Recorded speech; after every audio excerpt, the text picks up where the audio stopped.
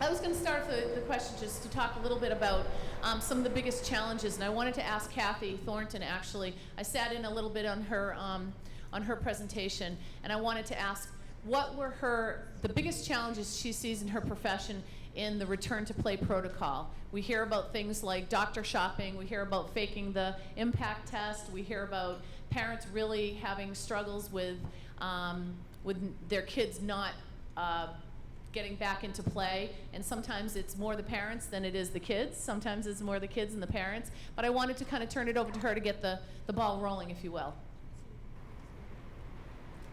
You're on. Can you hear me? Okay.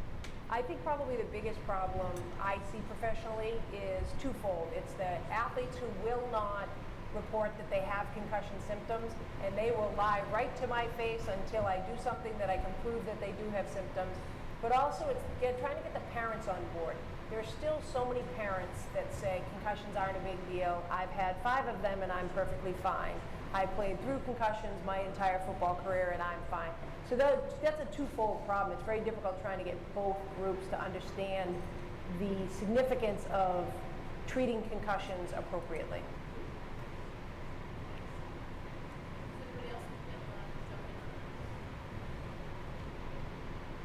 Actually, I was going to ask Meredeth from Meredith. Meredith Saillant is a pediatrician at Kolpan, and I know that she deals a lot with families and parents and kids in return to play. Show where that noise is coming from. Sorry. It's okay. So same question. Ooh, sorry. I'm loud to begin with. So I think for me, the biggest question, even in Brookline, where we have a pretty motivated family group, is parents kind of on the same line, thinking they know better than anybody else, and not bringing their children back for follow-up, and insisting on not allowing them to be examined again. So really trying to impress upon them that this is a clinical diagnosis that needs to be made thoughtfully before we put the children at risk. So trying to come up with a structured protocol for those kids to come back, I think, is the real challenge for me. Making sure that those kids get evaluated before they go back to the playing field.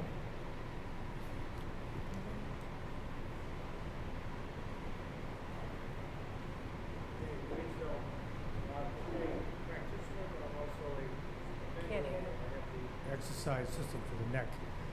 And my question is, and I've seen this more than once, where just recently, the most recent case was a kid who was playing basketball, got hit in the head with a ball, excuse me, and sustained an injury that had a headache, and not a lot of neck pain, but more headache, and they diagnosed him with concussion.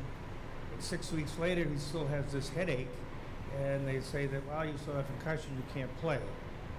And he came in, we examined him, and he had myofascial trigger points, base of the occiput, that when you provoke him, and it turns the whole headache on. We did dry needling, and in one session he was done. No headache. So the point is that, and this is obviously, it's not the rule, but it's certainly an exception to it in terms of how far do they go in terms of, you've had a concussion, you wait 6 weeks, 4 weeks, but some of these residual things that hang out. And so I think that it's important that the practitioners reach out to all other practitioners who are dealing with it, from the psychology of it, the brain study of it, the physical, mechanical issues within the neck, and the muscle factor and everything else that's involved. Because I've seen this like several times, and this is the one that's most recent and was like sort of in your face. That's something I could speak on. In fact, Bob Cantu last year at our sports concussion symposium spoke on cervicogenic headaches. And our practice as sports concussion clinic at Children's, a large proportion of our patients are complex cases that have been beyond the typical range of recovery. And I start, particularly for those athletes, start by saying there are medication tools and non-medication tools. And frankly, I don't even really think much about the medication tools until we get beyond 4 weeks, which is when 90+% of athletes statistically would be better. But especially for those folks who have prolonged symptoms, I always do at least some palpation at the occiput. right at that nuchal ridge, right at that ridge line. You can feel the back of your scalp, halfway between the midline of the skull and the mastoid process is just about where the greater occipital nerve comes out. And when we palpate across there, some of the kids will have that radiating pain, a true trigger point, a sensation where it hurts not only there, but it also comes forward. And I ask them, does that reproduce your everyday headache? Is that your headache? And when it does, I'm actually a little bit encouraged. And I say, well, that's kind of encouraging. And they give me a strange look. But the point is, some of these kids are continuing with ongoing headache. And they may have recovered their cognitive ability, their balance has recovered, but they have persistent headaches. So we should not forget about other reasons for headaches.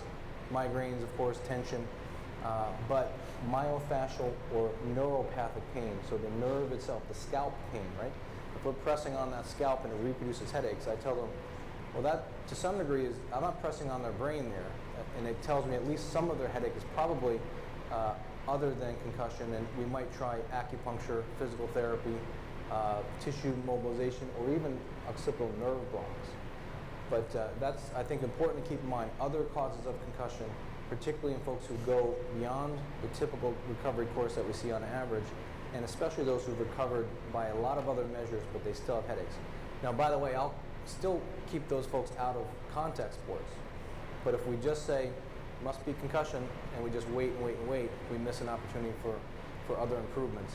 I will keep them out of sports until the symptoms are resolved, academics are tolerated, exercise is tolerated. But it's a good point that to think, especially for those outliers, think about other etiologies. And by the way, that's another point. Speaking to the first question, what's the hardest thing? Making whether or not the student athlete endorses symptoms or not. It speaks to some of the need for objective measures. So biomarkers is a big part of research right now to see if we can get objective measures, particularly on the sidelines, right, where you wonder, are people having symptoms? Is this an injury that I should pull this patient out for, or the folks with prolonged recovery? If we had reliable biomarkers, we could say, all right, the concussion markers are resolved, but this person may still have headaches. Or if we had a rapid test on the sideline, it'd be very helpful. Right now, computerized testing is among the best objective testing, but it's not perfect by any means. And I think biomarkers are a long way off, but it's definitely interesting to think about as far as the making the diagnosis and then following recovery. You look at a fractured radius, right, a broken arm, and you follow the x-ray to some degree. You follow that over periods of time to give you some direction on return to sport, but very hard in concussion to do that. It's not, right now it's not imaging. It's the standard CAT scan and MRI really doesn't direct you to say this is concussion or this is not concussion, and it's hard to use the imaging as a measure to say, all right, this person's ready to return. Certainly that's not what imaging is used for in concussion.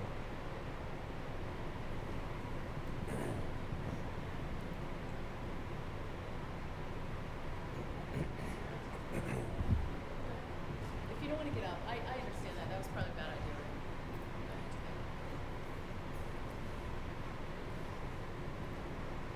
I have a question on like the DPH regs for the concussion. So when we revised the concussion policy at our high school, I'm a school nurse and I did it with the athletic director. It's hard to hear. And one of the problems that we had was that the kids that weren't involved in athletics when the concussion occurred were then sometimes never really cleared. So then they decided they were going to go do lacrosse, and they had a concussion that was never really cleared because the guidelines stated for a kid that's involved with the sports. So is there anything coming down the road about that? We kind of just started to try to get clearance no matter what. So the Department of Public Health's regulations are specific to schools with interscholastic athletics, and medical clearance within those regulations is required only for student athletes returning to interscholastic athletics. That said, those are the requirements. School policies can be different. So school policies can, for example, include all students, and not just student athletes as needing to report concussion. So you can learn more about the student population as a whole. But again, our regulations only require medical clearance for return to play if they're returning to play. They also require graduated reentry to academics, but there isn't a final medical clearance required except for returning to interscholastic athletics, again, only by our regulation. If you're interested in doing something broader than that with your school policies, we would certainly applaud that. The second part of your question is if someone who isn't a student athlete but you know has a concussion is then coming into interscholastic athletics at some point, do they essentially have to have medical clearance, and under what conditions? The regulations don't exactly speak to that either.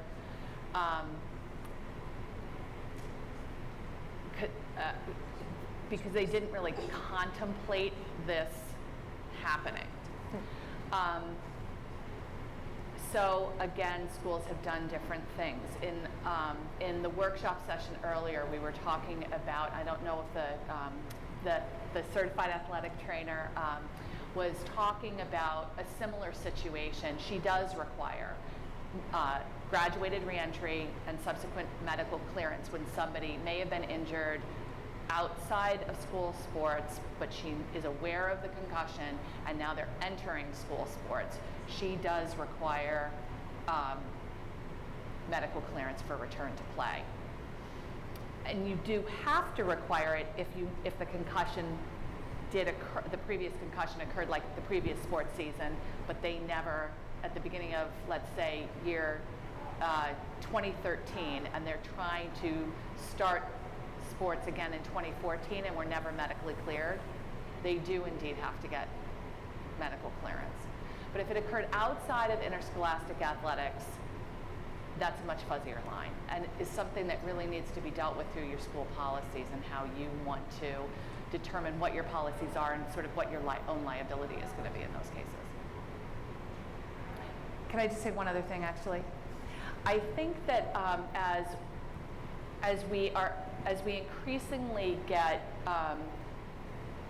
awareness of the danger of concussion and more consistency across systems in requiring medical clearance before a student who might have been injured comes into play, it will be less of an issue. Schools right now are on the sort of vanguard of trying to create this social change because in Massachusetts, the regulations only cover middle and high schools and don't cover elementary schools or town or club sports. But there's a sea change happening, and I think more and more towns and communities are going to begin looking at something pretty similar to the DPH regulation for their own town sports, and there will be more consistency, and that student may be medically cleared outside of your system, but you'll have that documentation of the medical clearance. I look forward to that day. Thank you. I just wanted to apologize. We're trying to get the, there's an HVAC system going on behind there. It's very loud, so the speakers, you can't hear that back there, but they can't hear because it's right in their ears. It's like a hairdryer next to them, so. That's a good description. I apologize for that, but we are working on that, so they're going to shut it off. We do have a question over here, though, so speak loudly. My name's Tom Goodman. I'm the former National Director of Coaching for U.S. Youth Soccer. And my question comes down to education.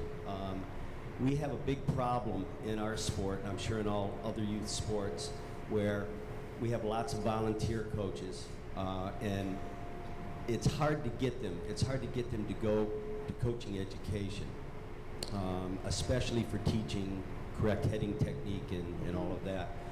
Is there any effort at your level to try to mandate coaching education, at all the different sports, or are we just sort of recommending it? I think we need to hear from the experts, some kind of mandatory education, especially on these issues, Well, one thought there is that in Brookline, with the development of the program through the town recreation department, Lisa has headed up the initiative of policy development to mandate that all youth coaches in sports across the town take some basic form of concussion training, much like what is required for our high schools now by state regulation. So in order for the teams to get their permits to be on the field, they've got to be able to produce the documentation to Lisa for showing that coaches have been educated and that everyone is prepared and ready to go. So that's certainly one model where education can be mandated and regulated within a manageable system, the same way that we have one for high schools right now. This is kind of a cop-out answer too, but USA Hockey mandates training. They have levels that to coach a certain age, you have to get to a certain level, and those levels include not only how to teach drills, how to be a great coach, how to not be a bad coach, but also safety training and things like that. So that's a model you might want to look at. I would add something as a lawyer, so I'm different than other members of the panel, and this area is fraught with risk. And I think there may be a misunderstanding that if you're a volunteer, you're automatically immune from a claim against you. And that's not necessarily true. And getting this type of training and education, as long as you follow the guidelines, that's probably the best protection. But there's a misunderstanding out there that volunteers, as long as I'm a volunteer, I'm safe. Not true.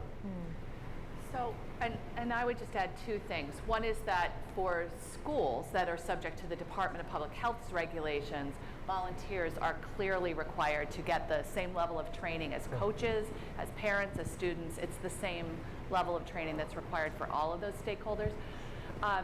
In addition, there has been legislation in Massachusetts put forward that would require coaches, including volunteer coaches, to receive annual training and actually to be subject to the department's regulations for town and club sports.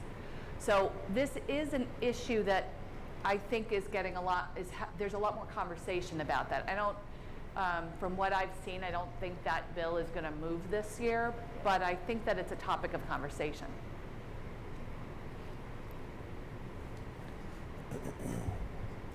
So I actually work for the town of Brookline as a recreation therapist, and I work with individuals that have disabilities of all ages. And I guess my question pertains more to baseline concussion students, establishing a baseline. And we do train our volunteers and coaches in Brookline to be able to recognize and understand what a concussion is. But as far as establishing a baseline, I found that with an individual who has a disability, it's very difficult to, you have to have a lot of self-awareness to understand where your baseline is, so that way, if you do get a concussion, it's very fuzzy and difficult to tell really what it is. And I think we prevent a lot of it by not having contact, but in basketball season, the basketball hits the backboard and comes off and knocks somebody in the head.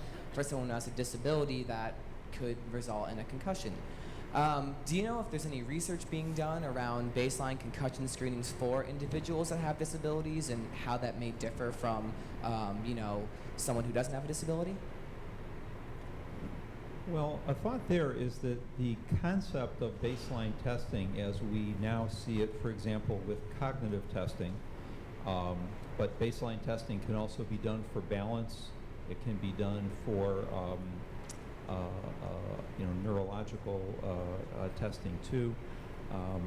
But the concept of cognitive baseline is that you measure that individual's performance on the test. So that would help account for things like learning disabilities that are already there, attention deficit disorder, although it doesn't control for whether or not they're taking their medication that day and at what point of the day the testing was taken.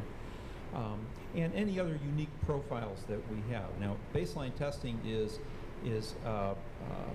fraught with some questions of reliability. If you look at what are the conditions under which it's being given, are the conditions optimal? The conditions and the motivation aren't really the same. in a group baseline test situation as they will be in an individual post-injury return to play. But I'm not familiar with any baseline testing studies specifically about individuals with disabilities, other than the fact that we do have separate norms for students with learning disabilities and ADHD. The other issue that may come into play is some disabled individuals may just have a hard time interfacing with and understanding baseline testing. And if that's the case, I don't think we should lose sleep over the fact that we may not be able to get a great baseline test from that person, because the fact is that most of us who are here clinically working with injured athletes don't always have a baseline test to work from, and we're probably more depending on our clinical judgment, knowledge of symptoms, how people present, what mom and dad say, what's going on in school, and all of those factors get worked in, not just what are cognitive or other baseline test results. So it's great to have baseline testing when you can get it and when you can try to maximize its reliability.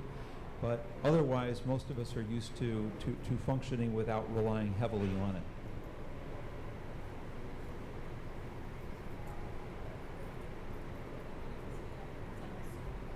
Nurse can't, there it is. Okay. My name is Pat Evans. I'm a high school nurse. First of all, I want to thank you all for an amazing day of learning. It was wonderful.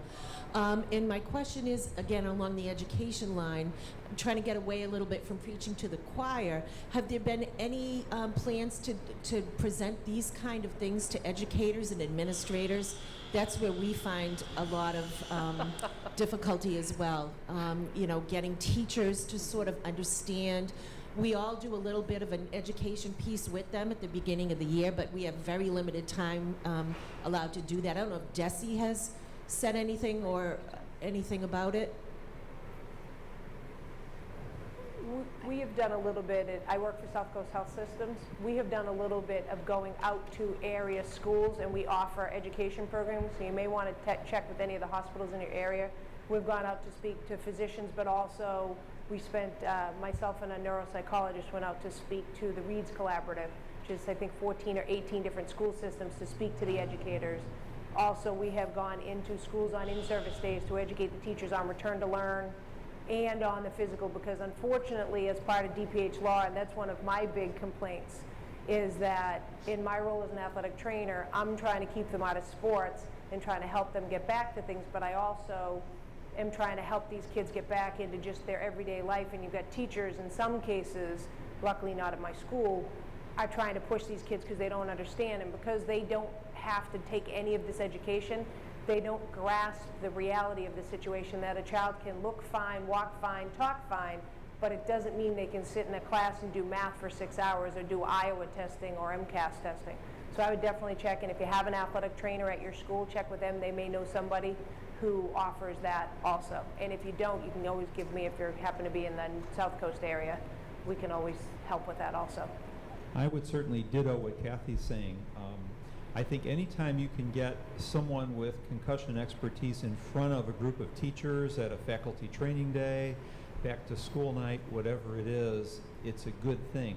It's great to plant the seeds for the teachers, but then the fact is, once that student who looks fine and is not on crutches and does not have a cast around their head is in class, they're back being faced with the same issues.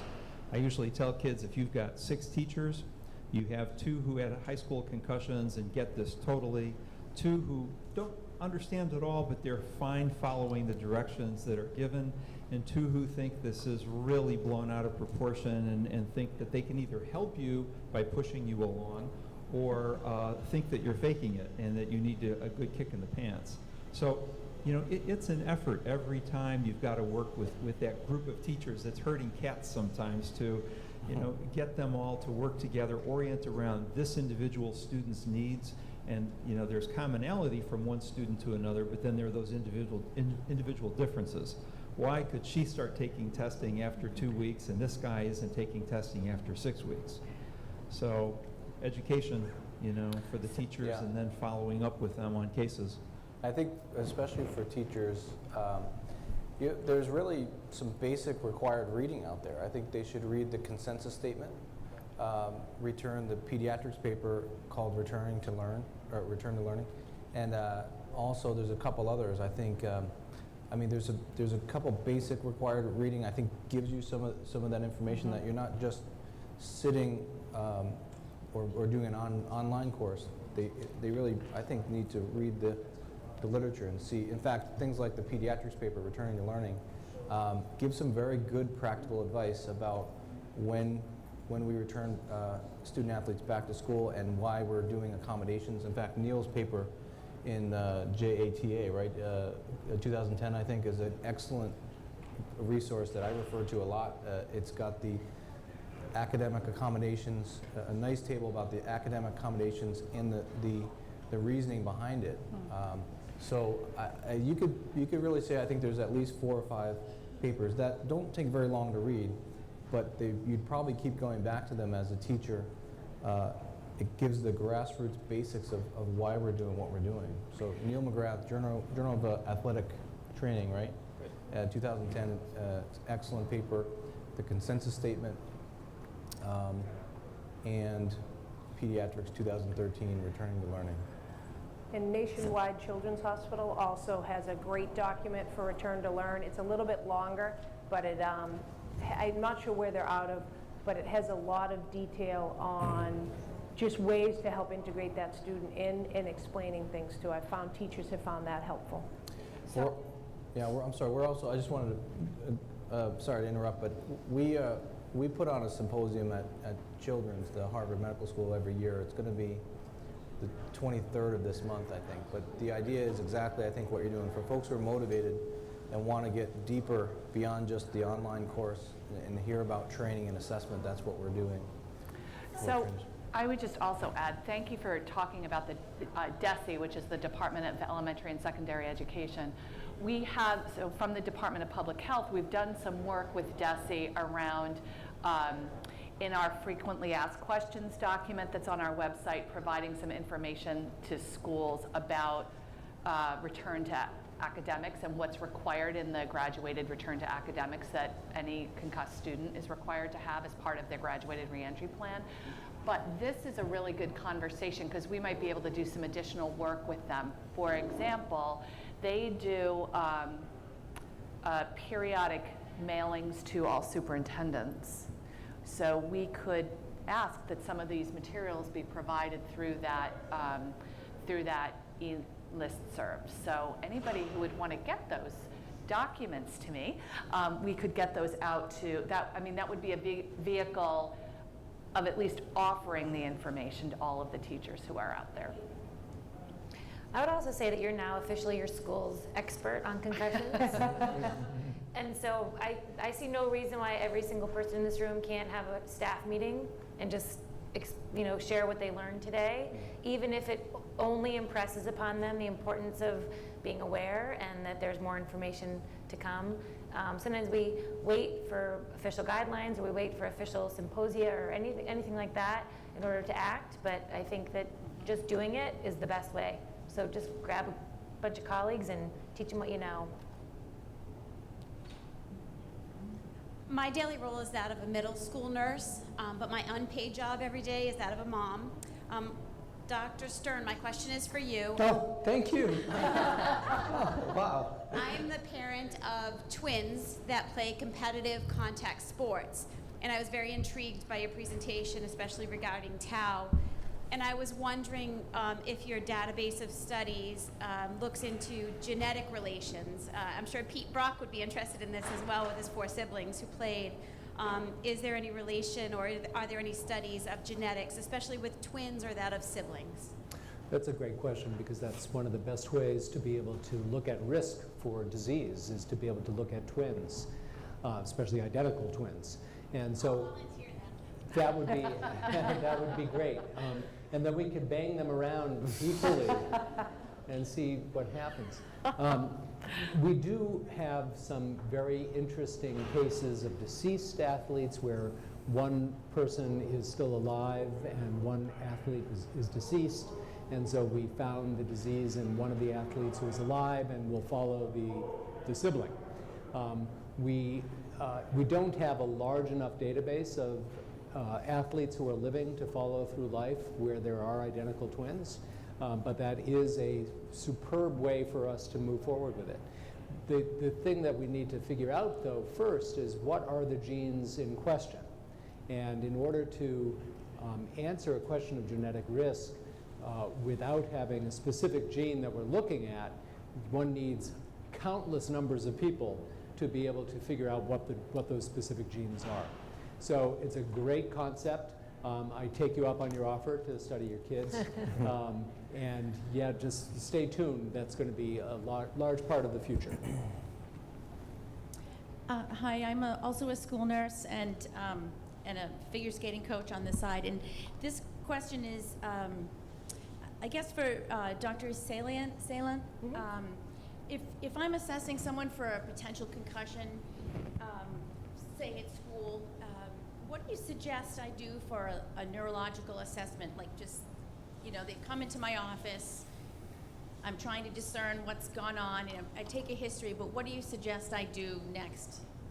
Acutely, like right after the injury? Yes. Well, assuming ABCs are all in order, you've assessed their cervical spine and all of that, and you're truly just trying to diagnose a concussion, I think you see the basics, see what their orientation is like, person, time, place, and then you put them through a series of balance tests. You can check their visual fields, make sure there's not a visual field deficit, check their strength, their bilateral strength, see if it's equal, assess their gait. I don't know, Dr. O'Brien, anything else? Yeah, we do, for balance testing, we do what's called the modified BESS, balance error score system. And I think that's described in the consensus statement. In addition, in the consensus statement is the SCAT-3, which is a symptom survey, and the SAC, basically a fairly rapid, fairly quick cognitive test. It's actually fairly challenging. So it asks questions about not only orientation, what day of the week is it, where are you, but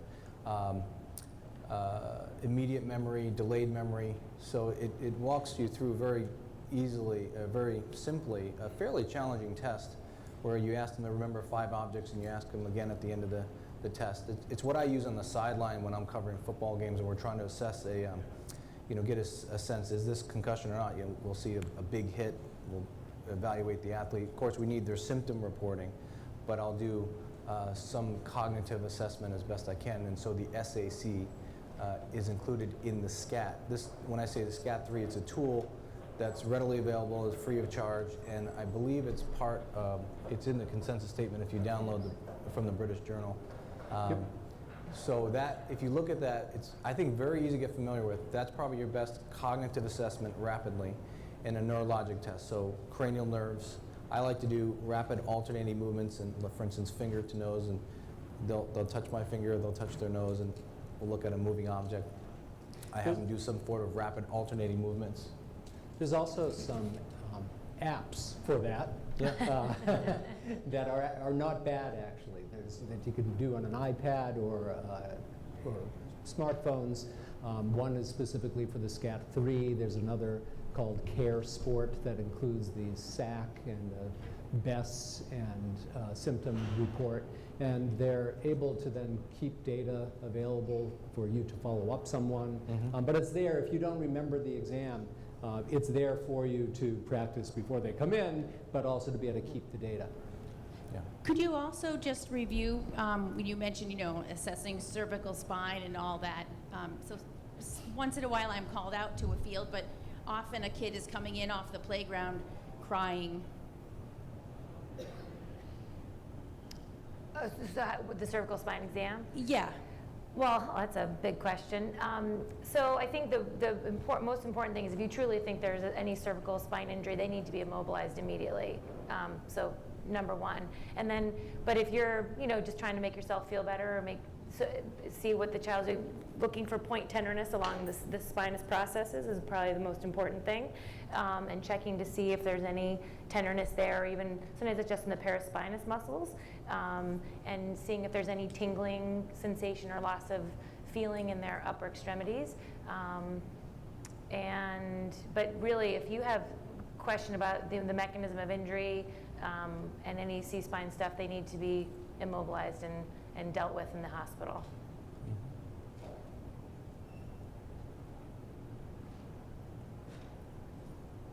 Thank you all for today. It was wonderful. I wish I lived in Brookline or Metro Boston. Unfortunately, I live an hour and a half northwest of here. I'm the high school nurse. We do not have an athletic trainer. We do not have impact. We do not even have a rec department. My teachers are pretty good. I have given a couple of quick in-services at faculty meetings. We have kids on academic accommodations. But my biggest frustration, and pardon any disrespect, is physicians. No two do the same thing. They listen to the parents. They want to rush the kids back. They sign on the form saying they've done the training. I don't think they have. Right. Can we think about suggestions of getting perhaps to the rural areas to, I think, physicians first, so that we can have a better situation out there. It's not always good. So I think that that's a real problem for those of us who take care of kids with concussions. We see it all the time. And I don't know if you were at the talk that Dr. McGrath and I gave earlier, but at Children's we have a network of primary care physicians. I don't know if it includes anyone in your area. We do go pretty far out. And we are setting up a standardized, basically a clinical practice guideline or an algorithm to try to get there to be some standardization of how people approach this. We all, we have all of these guidelines, we have the Zurich guidelines, we have the DPH trying to help us, all these things. But this would be at the primary care level, specifically for primary care doctors. And there's no reason why that can't be then, I mean, it's not trademark information, it could be, or private information, it could be disseminated. I don't know what network your physicians tend to be in, but it's certainly something that we're trying to roll it out, just like we roll out, myocardial infarction guidelines, all sorts of things like that people eventually adopt, because it is a problem. I agree with you. Are there any larger hospitals near you? No. Because one of the things we've done, Worcester is an hour south. what we've done as part of our hospital system is offered concussion training, because we were having the same thing, and we're not rural. I'm down in New Bedford, Fall River, and Wareham, and we cover everywhere in between, and we were having the same issues. Our hospital system started offering CME opportunities for the physicians, which they have to get. And I can tell you we've done 2 so far. We're going to do another one in about 6 months for the 3rd hospital. Has made a world of difference. They spent 2 hours getting CMEs, talking about concussions. We had someone from Children's come down. I had spoken, our neuropsychologist spoke also. And it's changed the way they are treating concussions, and it's really enlightened them, so things are becoming a little more standardized. But the thing you have to remember too with concussions is there is no one standard treatment. Everyone's different. So that's why I think a lot of people think that if one person gets this restriction and another doesn't, maybe there truly is a difference rather than just that it's 2 physicians haphazardly treating them.